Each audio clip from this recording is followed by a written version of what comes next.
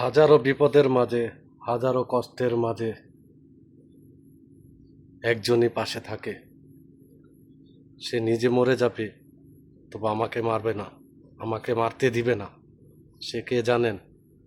সে হলো মা, বড় আদরের দরদের মা। জীবনে সব কিছু ত্যাগ করতে পারে সন্তানের জন্য, নিজের জীবন পর্যন্ত ত্যাগ করতে পারে সন্তানের জন্য। সে হলো মা, যার ঋণ কখনো কোনো সন্তান শোধ করতে পারে নাই, আর ভবিষ্যতেও কেউ পারবে না এই ঋণ শোধ করতে। কারণ মায়ের ঋণ দুনিয়াতে কেউ শোধ করতে পারে না, আর পারবেও না। আমি তো একজন সাধারণ তুচ্ছ জিনিস, সেলট মা। দুনিয়ার সকল মায়ের জন্য রইল মন থেকে দোয়া এবং ভালোবাসা।